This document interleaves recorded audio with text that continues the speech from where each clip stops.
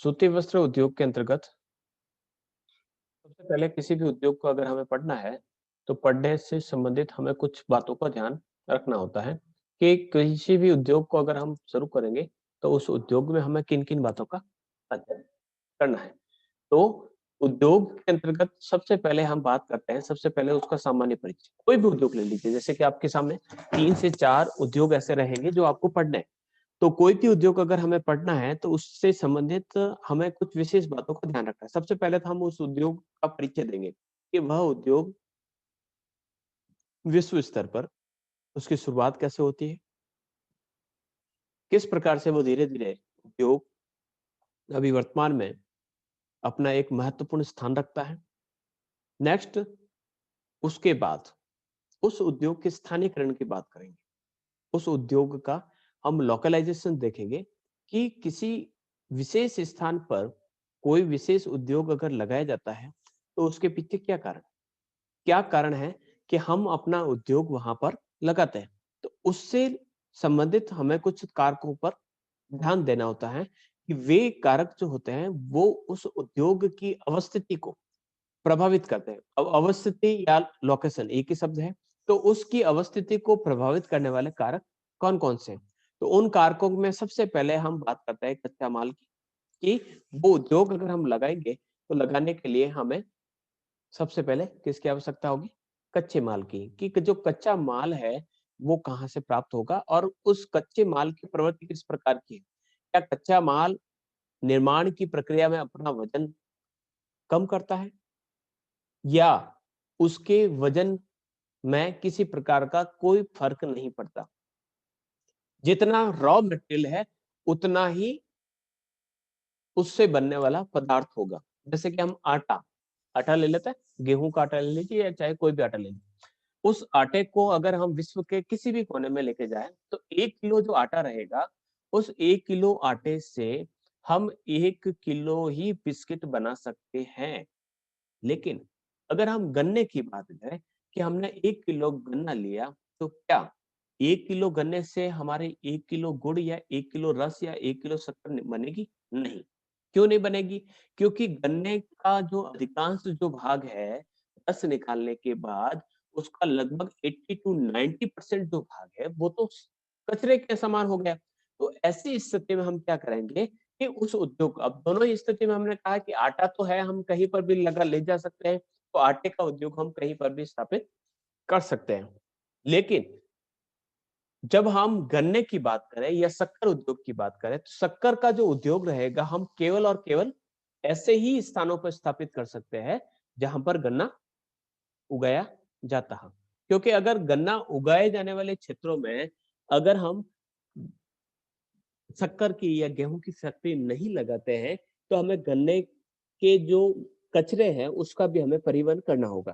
क्योंकि रस निकालना भी बहुत ज़रूरी क्योंकि अगर पेराई न हो, जैसे कि हम पल्प और कागज़ उद्योग को पढ़ेंगे, तो उसके लिए रॉ मटेरियल क्या है? गन्ने का छिलका।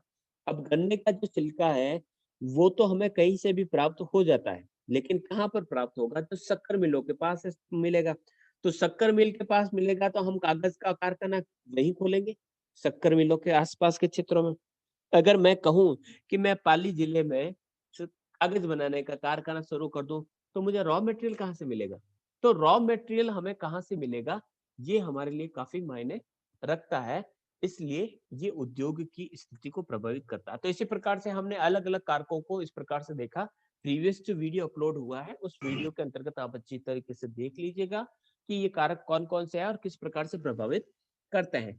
दूसरा जो कारक है वो शक्ति के साधन, सस्ता परिवहन, अनुकूल जलवायु, श्रम कैसा सस्ता भी हो तथा कुशल भी हो, पानी की बराबर वहाँ पर आपूर्ति होती हो, आपकी जेब में पैसा हो, आपका जो तैयार माल होगा उसे बेचने के लिए बाजार हो और सरकार आपको उद्योग लगाने के लिए प्रोत्साहन दे रही है। अब सरकार किस प्रकार से प्रोत्साहन दे रही है कि वो आपसे टैक्स कम लेगी या फिर आपको जमीन जो मिलेगी वो कम रेट पर दी जाएगी या जमीन का जो रजिस्ट्रेशन आपके द्वारा करवाया जाएगा उसके लिए आपसे कम पैसा लिया जाएगा या फिर उस पर जहाँ जिस स्थान पर आपको कारखाना लगाना है वहां पर आपको सस्ती बिजली उपलब्ध करवाई जाएगी। तो ये कुछ कारक है जो हमें किसी जगह पर, किसी निश्चित जगह पर उद्योग लगाने के लिए हमें तैयार करते हैं कि हाँ, यहाँ पर उद्योग लगाएँगे तो हमें फ़ायदा होगा। क्योंकि उद्योग लगा किस लिए? जनता की सेवा के लिए थोड़ी लगाया जाता है। उद्योग लगाते हैं हम मुनाफ़ा कमाने के लिए, किसी को रोज़गार देने के लिए। तो रोज़गार देने के लिए आपको पैसा चाहिए और पैसा कहाँ पर आएगा? जहाँ पर मुनाफ़ा होगा। इसलिए उद्योग लगाने से पहले हम इन तत्वों के बारे में विचार करते हैं और ये जो तत्व होते हैं, किसी उद्योग की स्थापना को प्रभावित करते हैं। यही वो कारक है जो प्रभावित करते हैं कि किसी स्थान पर कोई उद्योग चलेगा या नहीं चलेगा। मैं वुडलैंड कंपनी का एक अच्छा-सा शोरूम रानी के बाजार में खोल देता हूँ या खिमेल में खोल देता हूँ। क्या रानी के लोग वुडलैंड को जूते को पहनना पसंद करती है? तो नहीं। डिपेंड करता है लोगों की आवश्यकता, क्या खर्च करेंगे? मैं एक बार रानी में गया और रानी में जाकर मैंने एक बार वहाँ से एक हेयर ऑयल माँगा। का जो उद्योग है वो केवल सोजत में ही अवस्थित है। सोजत और पाली के अंदर जो गैप है कितना 40 किलोमीटर का गैप है। तो उस काल 40 किलोमीटर के गैप को भी बाँटने की कोशिश नहीं की। जोधपुर में कोई भी मेहंदी बनाने की फैक्ट्री नहीं है। क्यों? कि मेहंदी के जो झाड़ होते हैं, उस झाड़ में से पत्तियों को तोड़कर, झाड़ कर हम पाली लाएँगे और पाली में उसी चीज़ को पीसेंगे। तो जहाँ पर पाली लाकर ही पीसना है तो पाली क्यों पीसे? हम सोजत में ही पीस लेते हैं। वहीं पर उसकी पैकिंग कर सकते हैं। तो सोजत और पाली के बीच में 40 किलोमीटर माल देने के लिए जो व्हीकल आएगा और उसका जो खर्च होगा, वो उस प्रोडक्ट की कॉस्ट में शामिल होगा। ठीक है? तो ये कुछ कारक होते हैं जो प्रभावित करते हैं कि किसी उद्योग की स्थापना कहाँ पर की जाएगी। तो सूती वस्त्र उद्योग को बेसिकली कोई भी उद्योग लें हम, जैसे कि आपके सिलेबस में लौह और इस्पात उद्योग हमने पहले पढ़ा, वो और उसकी अवस्थिति को प्रभावित करने वाले कारकों को पढ़ा, सूती वस्त्र उद्योग को पढ़ा, उसके बाद एक कागज और पल्प उद्योग आएगा, उसको भी कारकों को पढ़ेंगे। तो उन कारकों में सब में ये जो पॉइंट्स हैं, श्रम, जलापूर्ति, पूंजी, बाजार, सरकारी प्रोत्साहन, कच्चा माल, शक्ति के साधन, सस्ता परिवहन और अनुकूल जलवायु। ये सभी पॉइंट जो है किसी भी उद्योग में लिखे जा सकते हैं। ठीक है? बढ़ते हैं आगे विश्व में सूती वस्त्र का उत्पादन किस प्रकार से होता है, यहाँ तक हमने इसको पढ़ लिया था। 3 सबसे पहले हम बात करते हैं, केवल इन पॉइंट्स को पढ़ना है, रटना है या फिर आप कर लीजिए लिख-लिख कर याद करना है कि कैसे? तो हम जैसे कि वर्ल्ड लेवल पर सूती वस्त्र उद्योग की बात करते हैं, तो चीन का नाम प्रमुख तौर पर आता है। क्या स्थिति रही? किस प्रकार से? हमने कहा कि जो उद्योग है किसी स्थान पर बढ़ भी सकता है और घट भी सकता है। तो कहा जाता है कि 1920 तक चीन का जो शंघाई क्षेत्र है, वह सूती वस्त्र उद्योग का बहुत बड़ा केंद्र था, जहाँ देश के 80% तकुए थे। अब तकुए क्या होते हैं? तकुए क्या होते हैं? ये जानना काफ़ी हमारे लिए महत्व जो है, वहाँ पर सूत तैयार किया जाता है। यहाँ 119 मिलें हैं, जिनसे लगभग 3 लाख श्रमिक जो काम करते हैं, यानी देश की बहुत अधिक मात्रा में जो जनसंख्या है, इस सूती वस्त्र उद्योग में लगी हुई है। महाराष्ट्र में। इस राज्य का सबसे बड़ा केंद्र मुंबई है, जिसे कपास का विराट नगर कहा जाता है और गुजरात इस क्षेत्र में दूसरा राज्य है सूती वस्त्र उद्योग में, जहाँ इस उद्योग की 118 मिलें स्थित है। तो दोनों में लगभग-लगभग कोई अंतर नहीं है। अकेले अहमदाबाद में 67 मिलें सूती वस्त्र उद्योग का उत्पादन करती हैं। तो अहमदाबाद को गुजरात का सबसे बड़ा और मुंबई के बाद भारत का दूसरा प्रमुख सूती वस्त्र उत्पादक केंद्र बनाती है। इसके अलावा कोलकाता, तमिलनाडु का कोयम्बटूर, देखो कोयम्बटूर भी अलग है, ये आपके इसको मैनचेस्टर जो शब्द का प्रयोग किया जाता है, आपको पता होगा शायद कि मैनचेस्टर क्या है? तो मैनचेस्टर ब्रिटेन का एक शहर है जो सूती वस्त्र उद्योग का केंद्र है। तो उसी प्रकार से तो भारत का मैनचेस्टर कह सकते हैं, ये उपमा दी जाती है। राजस्थान का मैनचेस्टर की उपमा दी जाती है, दक्षिण भारत का मैनचेस्टर की उपमा दी जाती है, ठीक है? आंध्र प्रदेश के हैदराबाद, केरल, कर्नाटक राज्यों में भी इस उद्योग का विकास हुआ है। देश के अन्य तटीय राज्यों की अपेक्षा महाराष्ट्र और गुजरात में इस उद्योग का अधिक विकास हुआ है और क्यों हुआ, उसके पीछे कारण क्या है? सबसे पहला कारक, दोनों ही राज्यों में आर्द्र जलवायु पाई जाती है, ह्यूमिड जलवायु पाई जाती है, धागा आसानी से टूटता नहीं है, जो वस्त्र उद्योग के लिए काफी आदर्श दशा के रूप में, फेवरेबल कंडीशंस के रूप में जानी जाती है। दूसरा, मुंबई बहुत महत्वपूर्ण बंदरगाह है, जहाँ पर भारी मशीनें लानी हो या लंबे रेशे वाली कपास को आयात करना हो, क्योंकि भारत की जो कपास होती है, वो उसके जो रेशे होते हैं काफ़ी लंबे नहीं होते हैं, जिससे हमें कपास वाला जो चैप्टर था, उसके अंतर्गत हमने पढ़ा था कि यहाँ की जो कपास है, उसकी रेशों की लंबाई कम होती है। लेकिन मिस्र की कपास की बात करें या अमेरिकन कपास की बात करें, तो हमें आयात करनी पड़ती है और आयात करने के लिए हमें बंदरगाह सबसे सस्ता साधन जल मार्ग के द्वारा उसे लाया जा सकता है। अहमदाबाद भारत के सभी भागों से यातायात के साधनों से जुड़ा हुआ है, चाहे रेल यातायात हो, चाहे जल यातायात हो, तो यहाँ पर आसानी से इस माल को बेचा भी जा सकता है। यही कारण है कि मुंबई और अहमदाबाद में उस उद्योग का काफी विकास हुआ। जल विद्युत की बात करें तो यहाँ पर आसानी से जल विद्युत सस्ती व सस्ते श्रमिक भी यहाँ पर देखने को मिल जाते हैं। जितने भी बिहार के हो, चाहे यूपी के हो, चाहे राजस्थान के हो, सारे के सारे श्रमिक मुंबई और अहमदाबाद में काम करते हैं। और पूछा जाए कि क्या काम करते हैं, तो कि कपड़ों की फैक्ट्री में हो, जींस की दुकान है, शर्ट बनाने की फैक्ट्री है।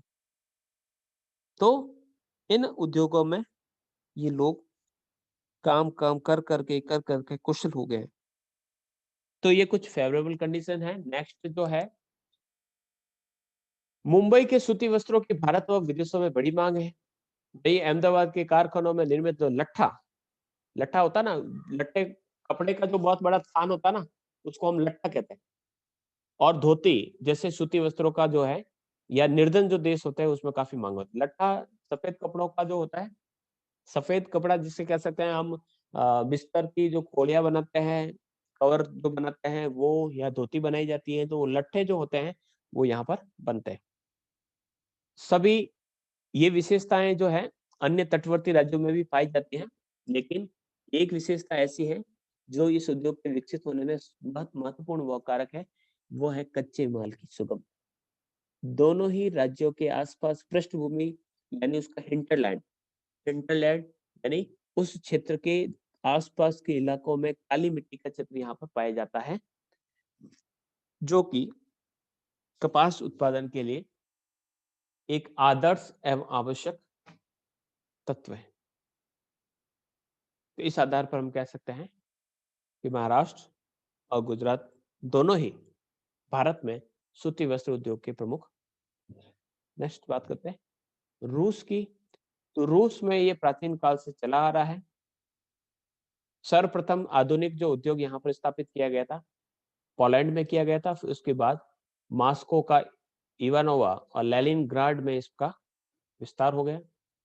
18वीं शताब्दी के मध्य में इंग्लैंड से आयातित सूत पर यहाँ पर कारखाने का विकास हुआ, यानी यहाँ पर कपास नहीं होता था।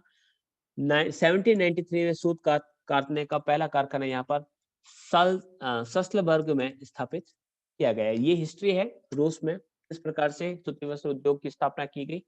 फिर धीरे धीरे ये अन्य भागों में फैल गया और 1917 में जब सोवियत संघ की क्रांति हुई, तब सूती वस्त्र उद्योग 80% मध्य औद्योगिक प्रदेश में था, 8% लेनिनग्राड में था और 5% जो उत्तरी काकेशस का जो क्षेत्र था वहां पर स्थापित था।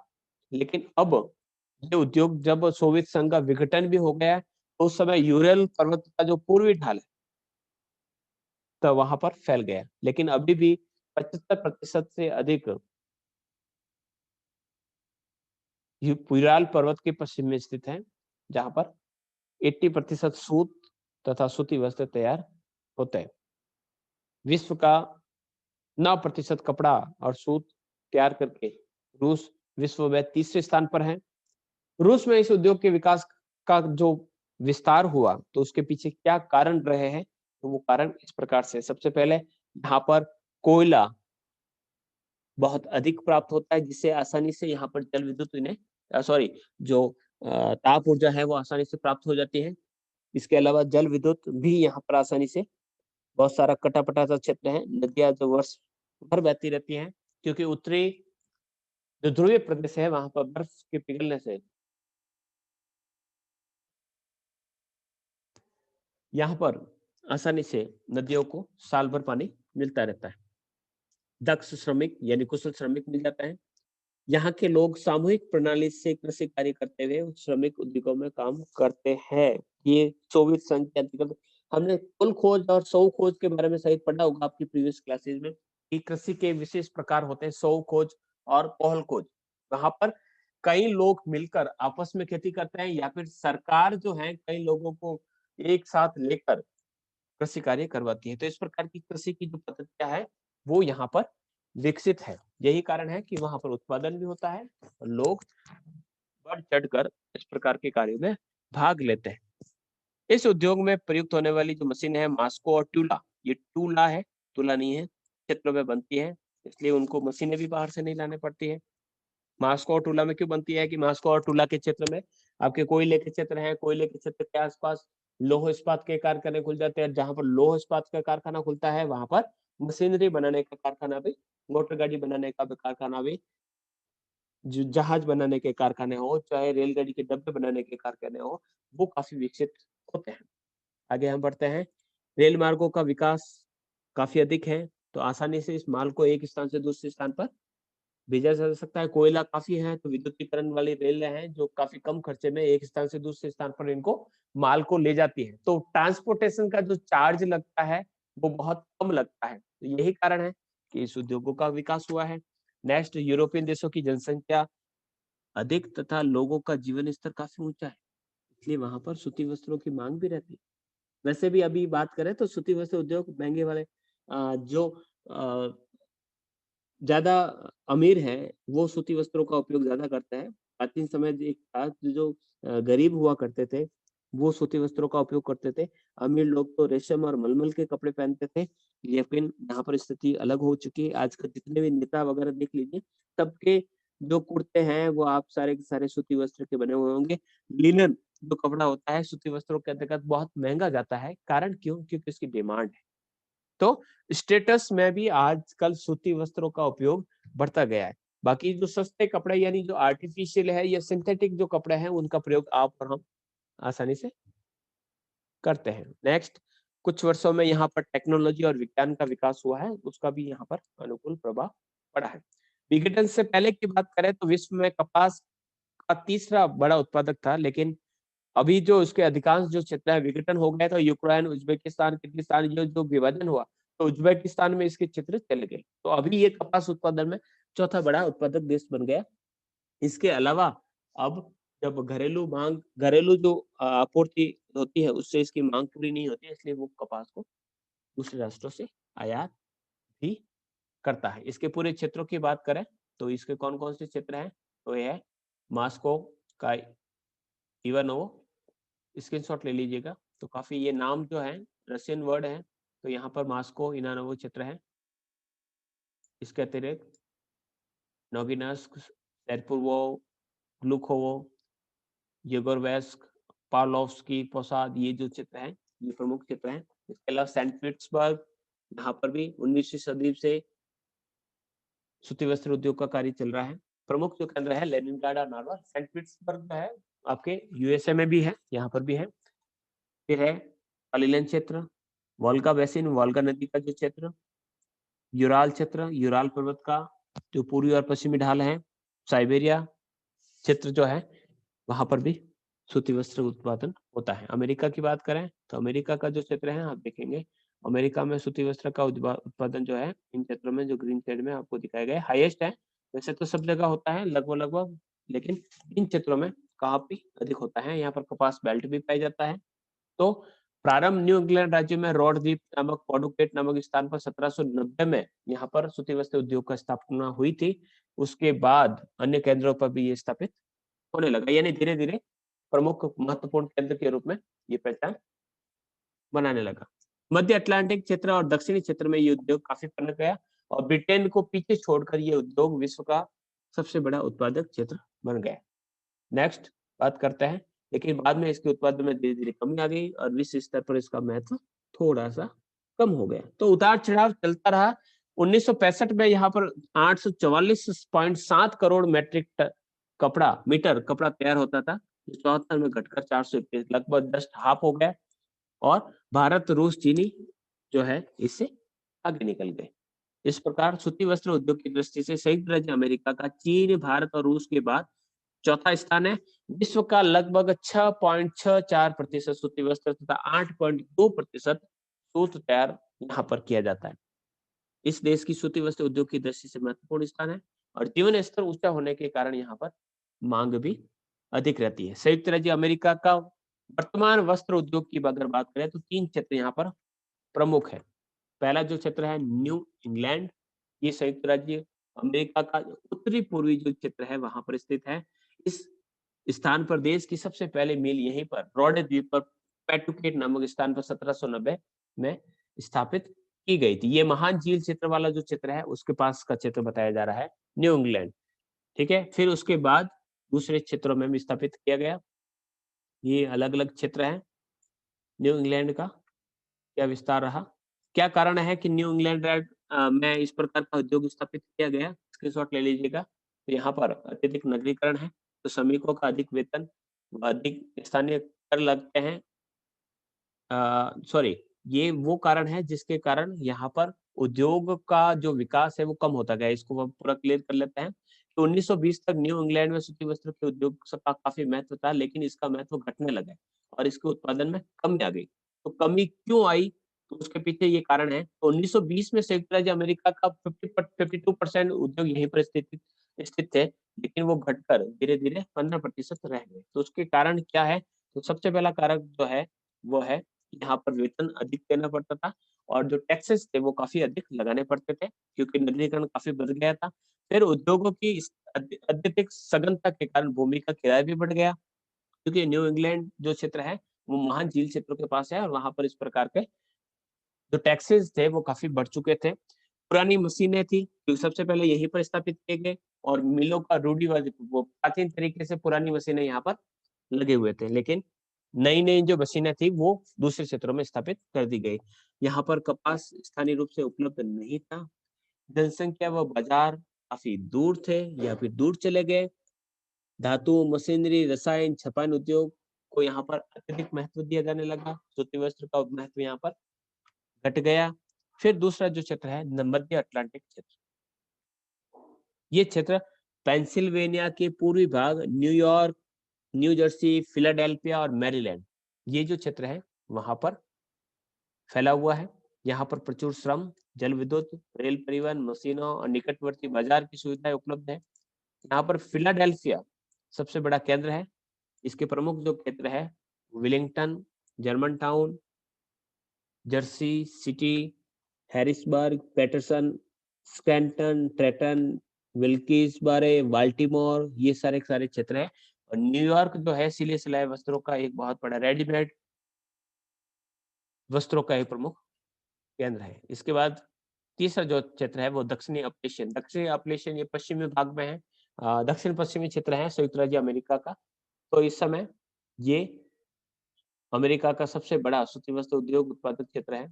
कैरोलिना, जॉर्जिया और टेनेसी राज्यों में ये विस्तृत है। 1980 के बाद यहाँ पर कार्य प्रारंभ हुआ था और लगातार ये उन्नति करता रहा। यहाँ उत्तरी कैरोलिना, कोलंबिया, ऑगस्टा, अटलांटा जिसे जॉर्जिया में है।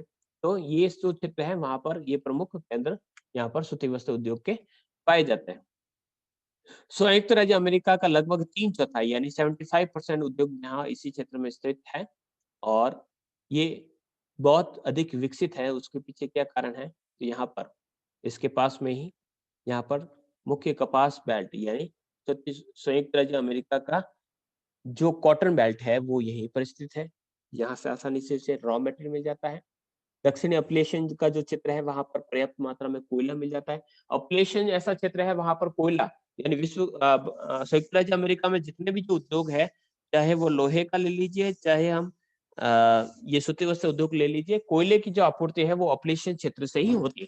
लोहे की जो आपूर्ति है वो सुपीरियर जो झील है उसके आसपास के क्षेत्रों से की जाती है।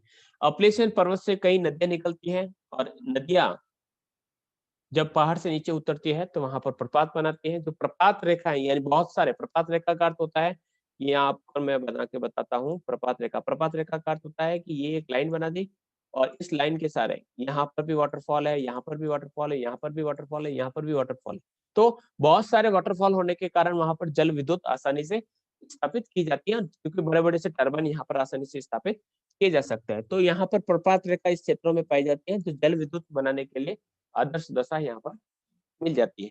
पीडमाउंट जो क्षेत्र है, यानी पहाड़, पीडमाउंट कहते हैं पहाड़ के ठीक नीचे का क्षेत्र, ये जो क्षेत्र है ये कहलाता है पीडमाउंट, पर्वतपाद क्षेत्र। तो ये पीडमाउंट क्षेत्र है। तो यहाँ पर अश्वेत और श्वेत जो इंडियंस लोग रहते हैं, रेड इंडियंस, वहां पर इन्हें सस्ता श्रम मिलने प्रारंभ हो जाता है।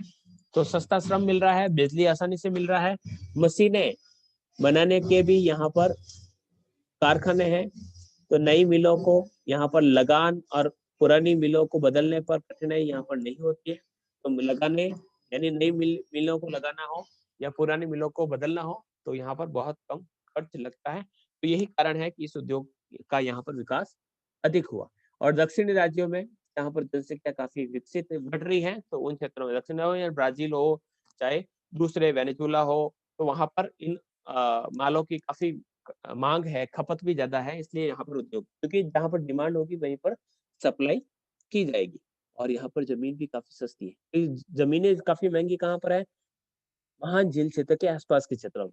ये काफी नीचे का क्षेत्र है, तो यहाँ पर जमीन भी सस्ती है और जो टैक्सेस है वो भी कम है। फिर जापान की बात करें, जापान में कपास नहीं होता है, आयात करता है। अपनी टेक्नोलॉजी के आधार पर वो सस्ते सूती वस्त्रों का निर्माण करता है। जापान में सूती वस्त्र उद्योग का प्रारंभ भारत के बाद हुआ, परंतु यहाँ पर विकास की जो गति थी वो काफी तीव्र थी। महायुद्ध के बाद ये वस्त्र उद्योग पूर्णतः स्वचालित हो गया। इसमें काम करने वाली कारखानों में स्त्रियां अधिक होती है। 1900 तक श्रमिक की संख्या की दृष्टि से जापान का प्रथम उद्योग, यानी जापान में जितने भी जो श्रमिक हैं किसी उद्योगों में काम करते हैं, तो सबसे ज्यादा उद्योग इसी उद्योग में कार्यरत थे। प्रथम विश्व युद्ध का जो काल था 1914 से 18 तक, इस उद्योग ने तीव्र गति से उन्नति की। जापानी वस्त्र चीन, भारत और अफ्रीका के बाजार तक पहुंच गए थे। 1938 तक जापान में सूती वस्त्र का सबसे बड़ा निर्यातक क्षेत्र या देश पूरे विश्व में बन चुका था। लेकिन द्वितीय विश्व युद्ध 1939-45 में जापान पर हिरोशिमा और नागासाकी के जो हमले हुए, उसके बाद यहाँ पर 80% सूत कारखाने हैं नष्ट हो गए। तो उस विभीषिका के बाद यहाँ पर इसका उत्पादन घटा है। सन 1946 में जापान के पास 22 लाख तकवे थे, रह गए थे, लेकिन जैसे जैसे कह सकते हैं कि धीरे धीरे बढ़ोतरी हो गई और अभी वर्तमान में कह सकते हैं कि 126 लाख या इससे भी अधिक कारखाने यहाँ पर बढ़ चुके हैं, जहां पर सूती वस्त्र उद्योग का निर्माण किया जाता है। 1950 विश्व का सबसे बड़ा सूती वस्त्र उद्योग यह निर्यातक देश बन गया और आज भी यह अपनी स्थिति को बनाए रखता है। यहाँ पर कुल जो सूती वस्त्र होता है उसका 35% भाग ये निर्यात कर लेता है, यानी 65% जो है अपनी घरेलू खपत के रूप में काम करता है। विश्व का 3.5% कपड़ा और 3.7% सूत ये यहाँ पर उत्पादित करके विश्व में 5वें स्थान पर है। क्या कारण है? भारत, चीन, संयुक्त राज्य अमेरिका से कपास का आयात करता है। कोयले की कमी को इसने जल विद्युत के द्वारा पूरा किया है। तो पर्वतीय भागों पर जितनी भी जहां पर भी नदी बहती है, अपनी टेक्नोलॉजी के बल पर इन्होंने जल विद्युत को उत्पादित किया है। जापान द्वीपों का देश है, चारों तरफ से समुद्र से घिरा हुआ है, तो वायुमंडल में अपना आर्द्रता बनी रहती है जो इस उद्योग के लिए फेवरेबल है। तट पर कहीं ऐसे बंदरगाह हैं तो कच्ची सामग्री भी ला सकते हैं और तैयार माल को दूसरे देशों को भेजा भी जा सकता है। यहाँ पर कुशल और सस्ते श्रमिक मिल जाते हैं। जो कृषि क्षेत्र होते हैं वहां से लड़कियां आती हैं, परिवार जो है यहाँ पर लड़कियां को लेके आ जाते हैं और परिवारों को कार्य छुड़ाने के लिए यहाँ पर सस्ते तौर पर काम करना पड़ता है। दिन में लगभग 15 घंटे यहाँ पर काम करना पड़ता था। तो ये भी कुछ कारण है कि यहाँ पर इस उद्योग का विस्तार हुआ। तकनीकी क्षमता के आधार पर ये विश्व में अपना विशिष्ट स्थान रखता है। दक्षिणी और दक्षिणी पूर्वी एशिया में सूती वस्त्रों का एक बाजार भी मिलता है, आसानी से उसको वहां पर बेच सकता है। जापान के लोग होते हैं भारत के जो छोटे रेशों वाले कपास के साथ मिस्र की बढ़िया वाली जो लंबे रेशे वाली कपास होती है, उन दोनों को मिक्स करके एक अच्छी क्वालिटी की कपास बनाकर अपना उत्पाद प्रोडक्ट तैयार करता है। और विदेशी बाजार के अतिरिक्त जापान में घरेलू मांग भी अधिक है, इसी कारण इस प्रकार के उद्योग का विकास हुआ। जापानी वस्त्र एशिया, अफ्रीका के नहीं बल्कि यूरोप, चीन, अमेरिका और ऑस्ट्रेलिया में निर्यात होते हैं। जापानी सूत्र वस्त्र उद्योग का केंद्र है वो है तो किनकी प्रदेश, ये ओसाका किनकी प्रदेश, जिसमें ओसाका महत्वपूर्ण केंद्र है, जिसे जापान का मैनचेस्टर भी कहा जाता है। मैनचेस्टर वैसे ब्रिटेन में है, सूती वस्त्र उद्योग का केंद्र है, लेकिन इसे जापान का मैनचेस्टर कहते हैं ओसाका को। ओसाका के पास बहुत बड़ी मैदानी जमीन है, उद्योग के लिए अनुकूल है, बंदरगाह भी है, आयात निर्यात की सुविधा भी यहाँ पर उपलब्ध है। दूसरा है क्वांटो, क्वांटो है टोक्यो और याकोहामा इसके प्रमुख केंद्र हैं। तीसरा जो चित्र है नगोया, इसके आसपास क्षेत्र में कई ऐसे छोटे मोटे से केंद्र हैं जहां पर इस प्रकार के काम कर रहे हैं और आधुनिक यंत्रों का प्रयोग करते हुए उच्च कोटि के सूती वस्त्रों का निर्माण यहाँ पर किया जाता है। और अंतरराष्ट्रीय बाजार में भारत, हांगकांग, चीन, संयुक्त राज्य अमेरिका, ब्रिटेन की प्रतिस्पर्धा का मुकाबला करने के लिए जापान समय समय पर अपने जो प्रोडक्ट है उसमें परिवर्तन करता है। कोई भी नया प्रोडक्ट आता है या हाथों हाथ चेंज, यानी नई डिजाइन आई तो नई डिजाइन के अनुरूप कपड़े बनाने का वो प्रयास करता है। तो जो चेंजेस जल्दी लाता है उसका कपड़ा जल्दी बिकता है। यूरोप की बात करें तो यूरोप में कपास का उत्पादन तो नगण्य होता है, लेकिन सूती वस्त्र का उद्योग है वो लंकासायर, ब्रिटेन के लंकासायर से लेकर Brazil, Belgium, France, Netherland, Germany, Switzerland, Austria, Italy, Czechoslovakia, Poland और जर्मनी तक फैला हुआ। प्रमुख जो केंद्र है वो इस प्रकार के कारण क्या है कि आयात की जाती है, विश्व की 20% कपास का उपभोग यहाँ पर किया जाता है। कपास निर्यात का 70% यूरोपीय देशों में होता है। मीटिंग खत्म हो जाएगी, उसके बाद क्लास नहीं रहेगी। तो ये कुछ कारण है, स्क्रीनशॉट ले लीजिए, जिसके कारण यहाँ पर कपास का उत्पादन यूरोप में काफी अधिक विकसित है। Next, great Britain. तो ग्रेट ब्रिटेन के कारक इस प्रकार से है। लंकाशायर प्रमुख केंद्र हुआ था, मैनचेस्टर इसका एक प्रमुख केंद्र जो पहचान रखता है पूरे विश्व में, उसकी उपमा दी जाती है, लेकिन अभी धीरे धीरे उसका उत्पादन ठप सा हो गया। तो ये प्रमुख केंद्र सूती वस्त्र उद्योग के, और सूती वस्त्र उद्योग का जो टॉपिक है वो इस प्रकार से क्लियर होता है। नेक्स्ट एक नए उद्योग के साथ मिलेंगे नेक्स्ट क्लास में, ठीक है।